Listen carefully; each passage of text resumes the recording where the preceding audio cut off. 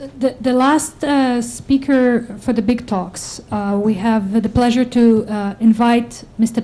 Antoine Oulmo, and he's the founder of PAU Education, which promotes participatory techniques to learning.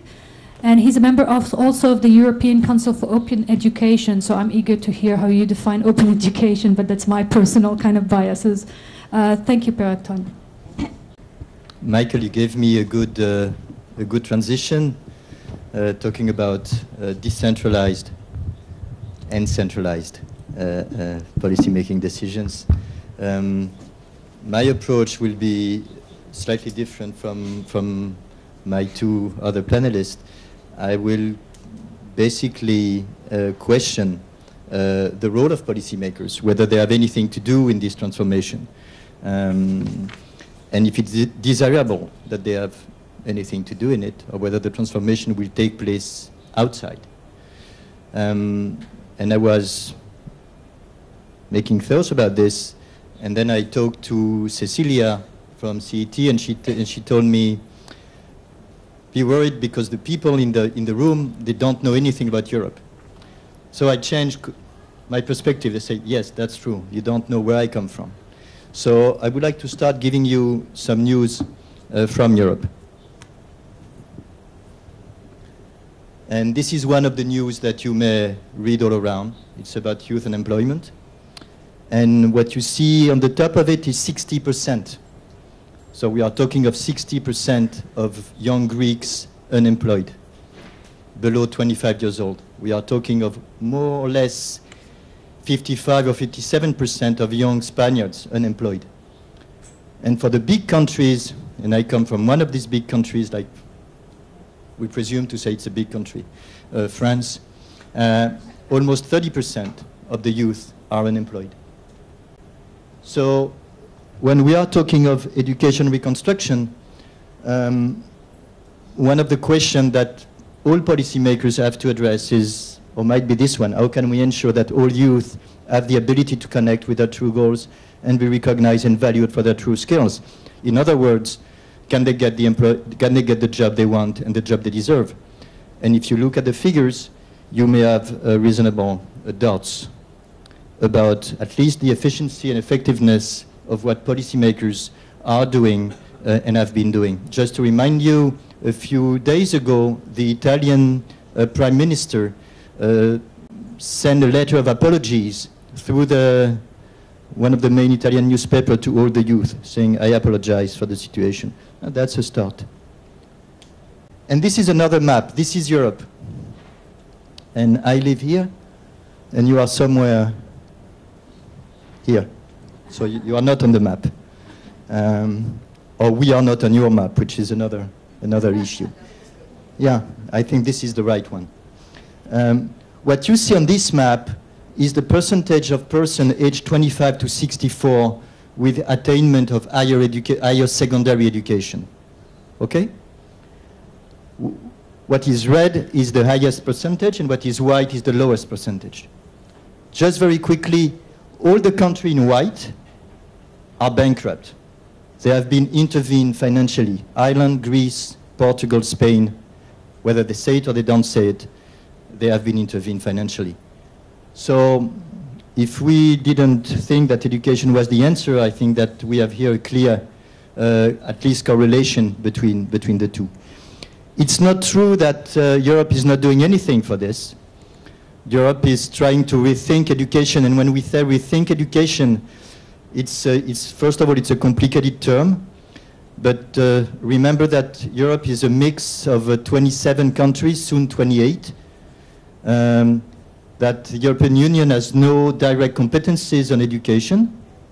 All the competencies are retained by the countries, but nonetheless, there are initiatives, and they decided to make open education their paradigm. So what do they understand by open education? They said that they need to open up education, to the job market, to open up education to the civil society, to make education more connected to the reality of the people. But behind this, they immediately turn to a more technological concept, which are open education resources. So this, are all what we have been all partially discussing this morning and the days before. So this idea that we can all together share educative resources, mutualize them, and through this, maybe by some magical effect, there will be an improvement in education. The only issue for them, and I think for many policymakers, is that teaching and learning are not done by technology, and I think this was clearly said this morning, and Avi at the end of the morning also concluded on this, but rather people thinking and working together. And this is certainly where technology has a role to play. But people think and work together. Do they think and work together at the macro level, like on the wide space? I don't think so. I think they work and think and play together at the community level. And so part of the answer, or at least part of the question, is which level of policy making do we address? And here I come back to your conclusion on decentralizing the decisions. I take an example from your country, from Israel. This is Yaakov Hecht, and I was with him a few weeks ago, and he presented a MOOC academy. And when I am in Europe and I show this slide, people, they don't understand. It's called Hadera MOOC Academy. So it sounds a very cutting-edge concept. And you certainly know Hadera, and Hadera is not New York, it's not Washington. But what is clear is that when you put MOOC Academy, suddenly the status of the community raise. And it's also what we saw yesterday. You put an incubator in Rehoboam, and the status of the city changed. And so what started maybe like a, not like a joke, because it's not a joke, but this idea that you can create new binds with the local community is very strong. It's the responsibility of the community at the end to provoke changes. And the community is not only made of policymakers and politics, it's made of people. They elect the policymakers, but they are also very clearly involved, or they have to be engaged in this. So when we say community-based approach, then the next thing is about what is learning about. And it's also whether learning takes place inside or outside the classroom. And here you have two photos. One of them is somehow a famous photo. It's from a Swedish school in Stockholm. And when you look at it, you think, wow, this is the school I want my child to be in. Well, no, at least it's a school with no walls, or at least no visible walls. And it's a school where technology is invisible, but technology is present all over. And it's maybe where this Edtech policy will take us. The problem is that it's first not always affordable. Just look at how your classrooms are, or the classrooms in Africa are, or all over. We don't need to go to Africa to see the difference with this. But we can also discuss the status of the kids. They are obviously very happy and very free. But are they as free as in these photos? These photos comes from a fantastic book from Colin Ward called Child in the City. And Child in the City is about child participation. It's about child taking, at the end, full control and full ownership of the community where they live in. And it has a lot to do with something that Walter told us this morning about also these 10% of your 12 years old children that are developing sugar apps. So then you look at it and they are not safe. Obviously the children up there, they may fall.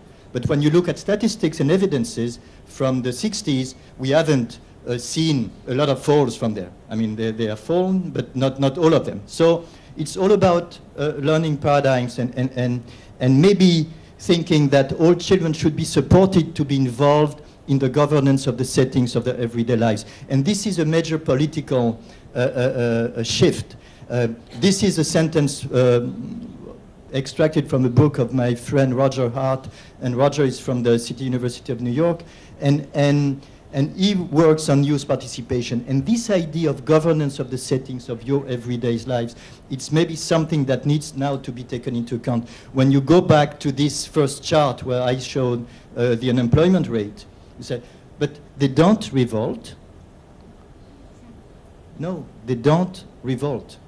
Or maybe you will tell us, Karine, whether they are, in fact, preparing this revolution as we have a lot of movements that are growing. So what is this reconstruction about? Maybe this reconstruction is about some model of self-governance or some type of youth participation-led model. And this is something that has nothing to do with technology, or at least at the beginning. This is a model that you certainly know about. It's Escuela Nueva in Colombia. And Escuela Nueva, they were built upon a model of fully participatory governance, where the students themselves are involved at all levels of the learning, designing the school governance with the teachers, with the adults. It's one model. I mean, there are many others. But here you have a structured political construction that works at the school level. So within this self-govern or self-governance model, which is compatible with other type of community-led system, one of my last questions is, what is the role of the teacher? Because many of you are teachers, and I think most of the audience is teachers, education specialists, educators. We maybe all define ourselves as educators. And I would just like to talk about the teacher as a bricoleur. There was a reference this morning to Samuel Pepper, and he used also the term, but the term is not only his. What is the bricoleur teacher? I mean, you just imagine these photos, and I will just explain you where this photo comes from. But a bricoleur teacher is always trying to find his way out of undefined things. We are in the middle of a big crisis, at least in Europe, at least in some countries in Europe, and the teacher, they don't get support, so they need to find their ways. So is it negative or is it positive? We can turn it positive. This photo has to do with a project that we run in Spain and in Spanish-speaking countries with a great Israeli artist called Hanor Piven. And with Hanor, we try to inspire teachers to be bricoleurs.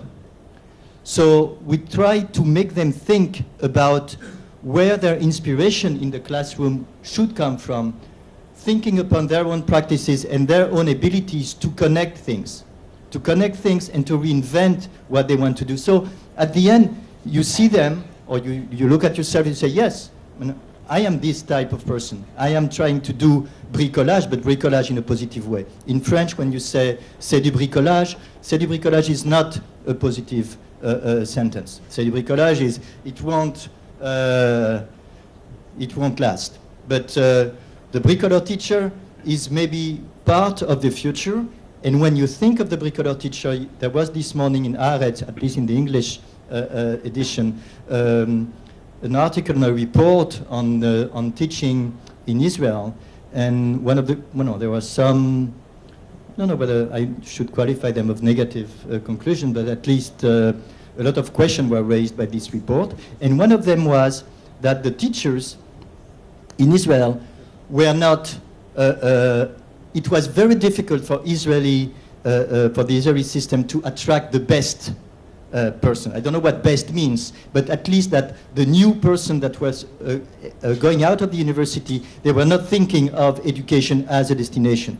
And there was some other conclusions.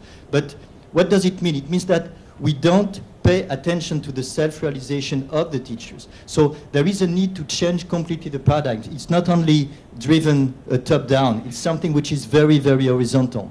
And the very horizontal, what does it mean also? It means that these teachers, they are not only bricoleurs by themselves, they work together, they share practices. And this is where we come back to open education. Open education in this sense is open up to the other, open up to the practices. And finally, this is one of the projects where jointly with Ranor and many other artists, teachers, intellectuals, sociologists, psychologists, we work on in Spain and in Spanish-speaking countries. We try to engage teachers and educators in creative thinking, in bricolage, of high-level bricolage, so that they can find inspiration and themselves lead a transformation. So this is the little bit the vision I have, and if you want to know a little bit more about this, I have a blog, so you can still find a little bit about these thoughts on my blog. Thank you. Thank you very much. I would like to open that for questions. I'm having a few questions in my hands as well. And before we continue, I love the idea of the bricoleur teacher. And I find it's amazing how I find the resemblance from the education to what I research on information flows. And one of the things that we find is today that information flows in social networks and in networks of people is by having those new gatekeepers that are not only holding the information, but the opposite. They connect networks to each other. And I think that's what you were mentioning when you talked about the teacher. But I want to stretch you a little bit. When we are thinking about all those networks, about community, you used the word community-based approach. Are the policymakers are ready for that? Because obviously the community-based approach challenges traditional institutions. They challenge also kind of politics institutions, because they're really against the top-down model, against the hierarchies, the traditional hierarchies, against the power. You mentioned the power shifting things, but they're against the power structure that we have embedded in society for so many years. Go back to Foucault, go back to Bourdieu and other people. So the question is, like, do you really think that the community-based approach can really somehow challenge and circumvent the traditional power structure in society? It's a difficult question. I'm not sure we'll have an answer. It's a question I am not sure if I can answer with such strength. A few clues. The first one, I go back to the Hadera School MOOCs Academy. They decided to create a Hadera MOOCs Academy. They didn't went to the Ministry of Education. They didn't go to... They did? No, I don't think so. I think that they decided to... Yeah, but they did with the idea already done. I mean, they didn't wait for the ministry to tell them to do that. So there is a capacity to create things out of the field. So there is a need to take initiative and not to be barred by macro plans and macro things. The second thing is there is a language issue. I think that one of the problems of policymakers is that they don't speak the language of these new trends. Social media is a language, and the youth, they speak this language. Then the teacher, they have more difficulties to speak the language, and the policymaker, they're even farther from the language. So you face situations which are really strange. For instance, a kid is using Facebook and Twitters and whatever in his life. He comes to school in the morning, and he's asked when he enters the school to stop using the cooperative tools. You do the opposite. But that's my profession. But that's your job. But it doesn't make sense. So there is a big barrier. There is a huge barrier, which is there. And language barrier, I don't know how you connect this again. I mean, you just need to accept this shift of power, which is very difficult, because it means that you challenge the very structure of our education systems. But once again, if you go back to the slides and you say, if we need evidence, there is an evidence of failure. And this evidence of failure needs a reconstruction. And the reconstruction, if you take it with the same players, just changing and saying at the end, we will implement CMS in each of the schools. We will implement CMS in each of the schools. So what does it mean? It means the teacher is a client of the CMS, but he is not an autonomous teacher. So we need to get rid of this idea of the CMS, maybe. I mean, we are shifting the power to Pearson's, Blackboard's, Promethean, and so on. Just giving the illusion that the CMS will solve the problem. It's not true. It's the image of the teacher as a bricoleur goes beyond this. So